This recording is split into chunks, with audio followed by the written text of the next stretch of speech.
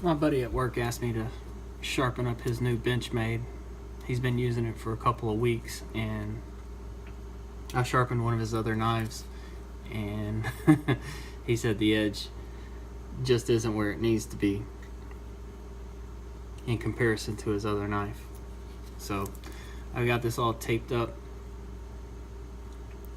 and this is I think it's the Cabela's exclusive. It's an OD green black blade, and this is D2 steel. Since this is D2, I'm going to treat this the same way I do all my other D2. I'm going to start with silicon carbide and then move to waterstones.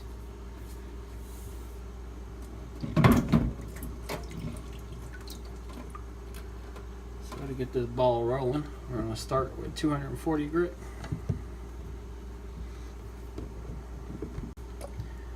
So I've got one of those new Hapstone V7 sharpeners on order. The magnetic stand that you rest the knife on really has me intrigued. I've tried using magnets on my Edge Pro Apex, and even buying the kind that they have at Chef Knives to Go, I was never able to get the stand to hold my knife correctly. So I kind of gave up on that feature. But with the Hapstone, it's built in with the design, and seeing other people use it, it really looks like it holds well. One of my biggest complaints of the Edge Pro is movement in your hand as you sharpen. Now, that movement is beneficial in some ways, but it's also detrimental because you really have to keep your hand steady. Any little movement up, down, left, or right can cause your bevel to get out of alignment. Do that for a few strokes, and then you have to go back and readjust and fix things. I don't know if you guys can see that, but I am right on that Sharpie marker. Anyway, I hope it turns out really well. They also sell a clamp system that you can use with it, like the TS Proof, but that's like an additional $170, and they only had them for pre-order, and I believe the pre-order has already been closed, so I missed that opportunity. And like most Benchmades, this guy's got a little bit of a funky choil where they didn't do a correct sharpening notch, but it's not too bad, especially since I'm keeping the factory angle.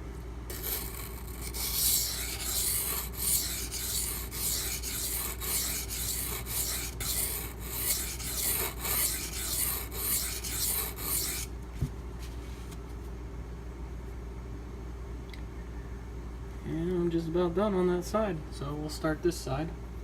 Not sure if you can see that Sharpie marker.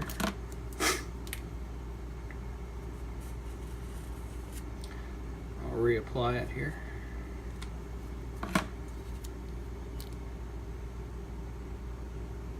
So I got the bevel blackened in. Make sure I get this angle correct.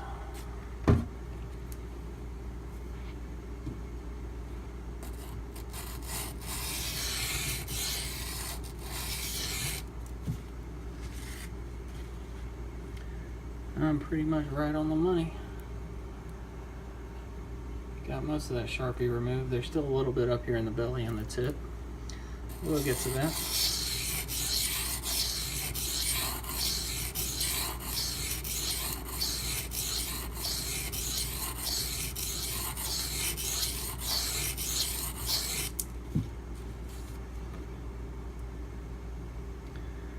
And I've already flipped the burr, but I can still see some of the factory scratches in the bevel, so I'm going to keep going until I get those removed. Get them all freshened up with these 240 scratches.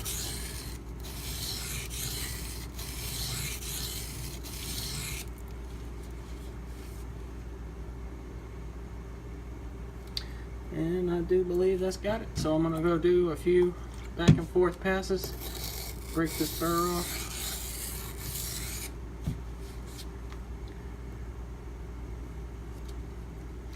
Well, I still see a little spot up here in the very tip. I need to work just a little bit.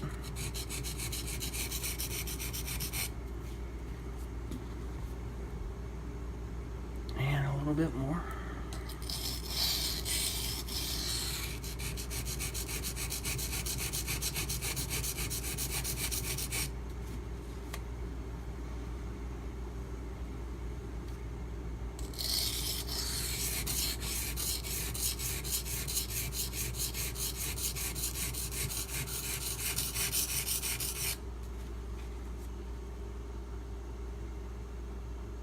There we go.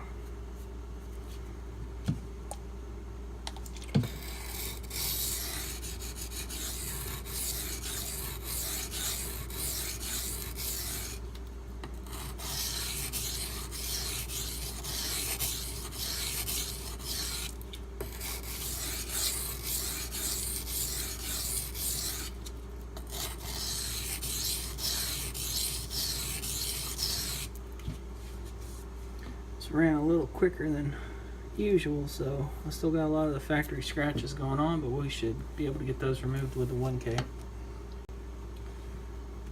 This is the 1K silicon carbide stone from Griptilian.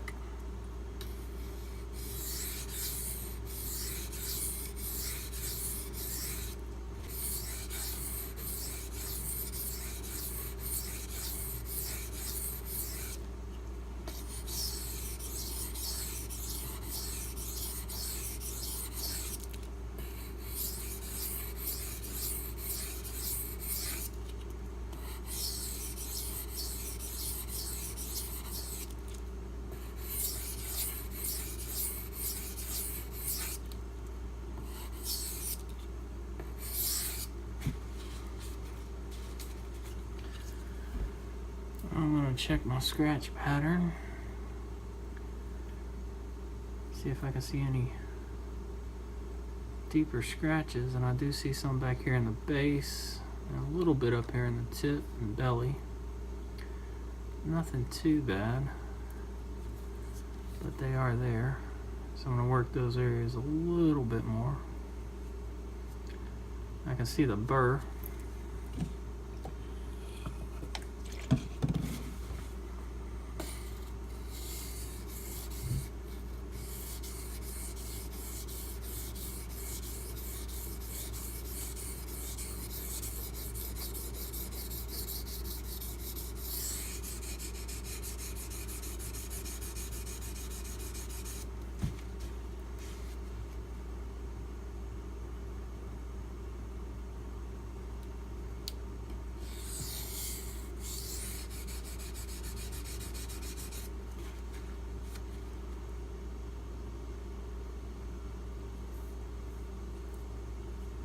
Alright, this side looks really good.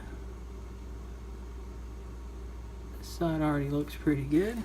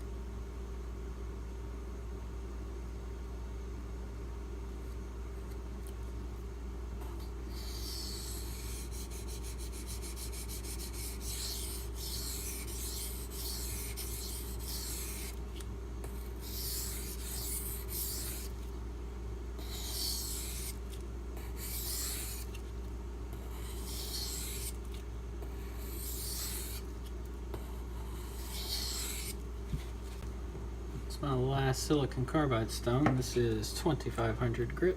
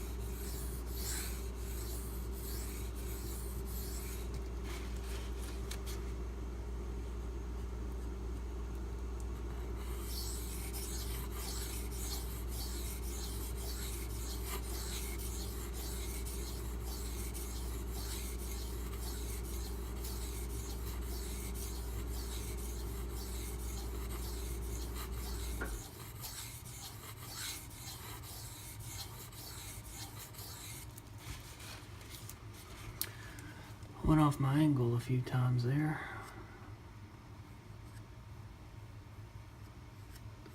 Still got a little bit of a burr, so I didn't quite reach the belly area the way I needed to.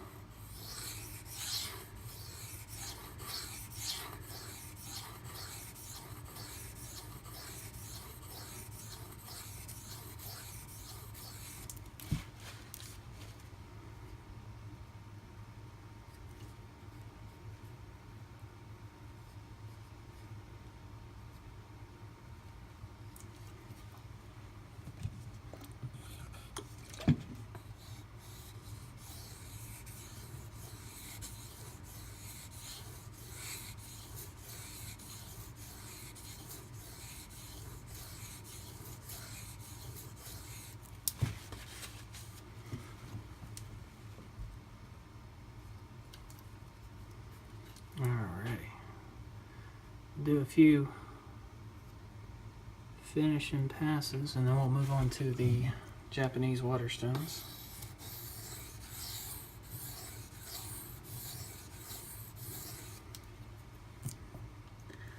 Got some of the burr broken off on there.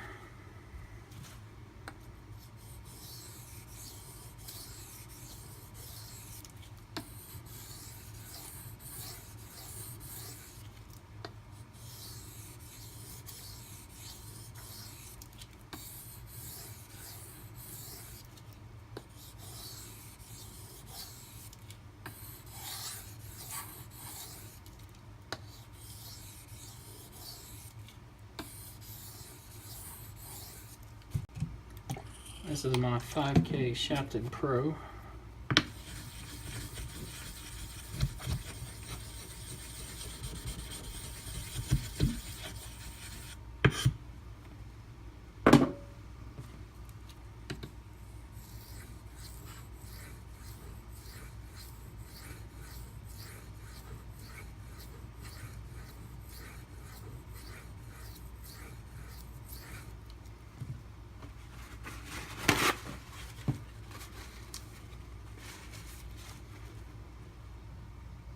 Man, I love how this stone polishes.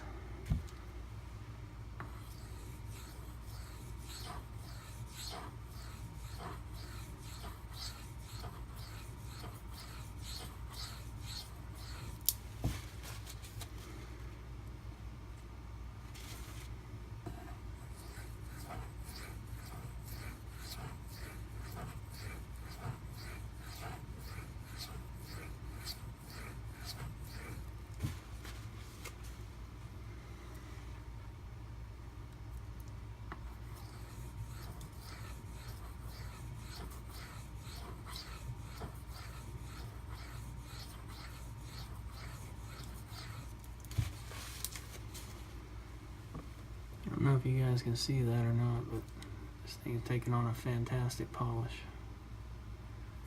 Of course, I'll bring it down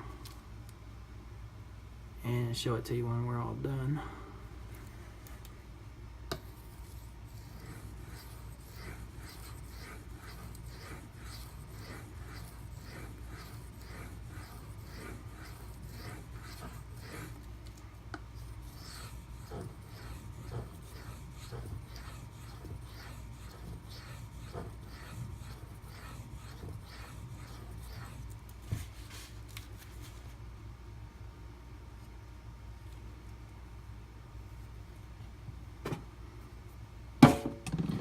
I was going to clean the stone off, we'll just use the other side instead.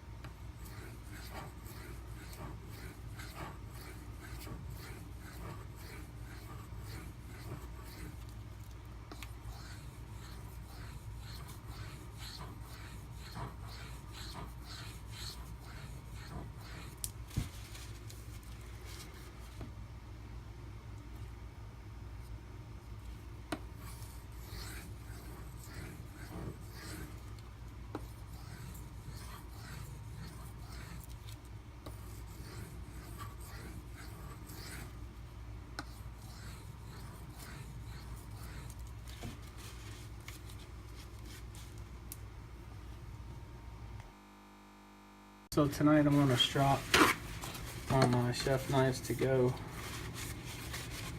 leather strops. We're gonna start with 2 micron CBN emulsion,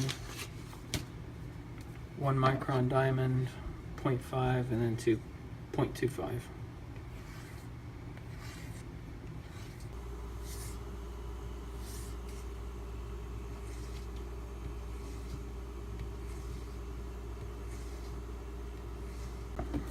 Finally at the cut test.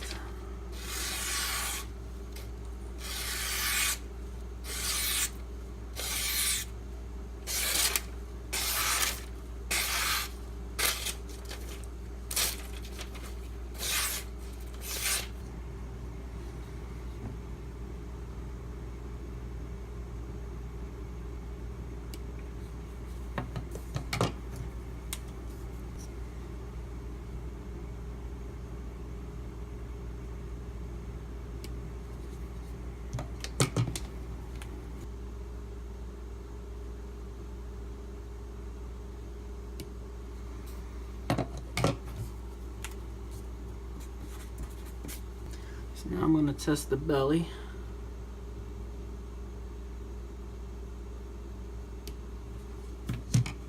.72.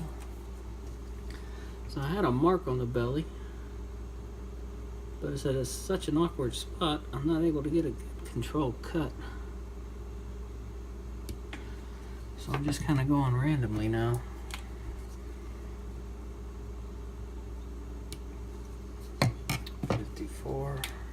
So I'm doing a 4th test because I got that 150 number and everything else has been pretty much double digits, so I'm going to see if that is a fluke.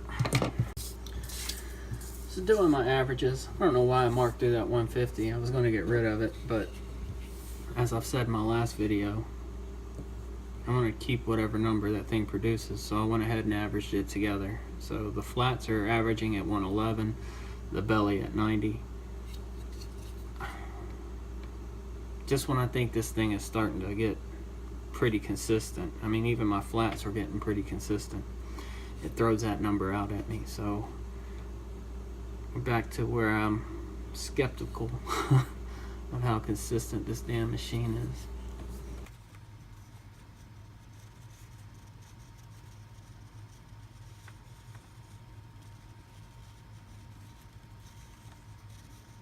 And for my freehanding, that's actually pretty flat. Not very convex at all.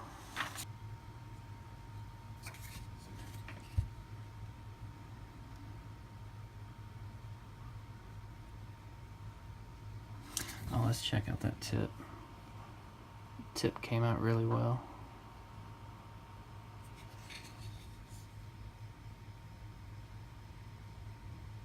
The choil didn't come out too shabby either.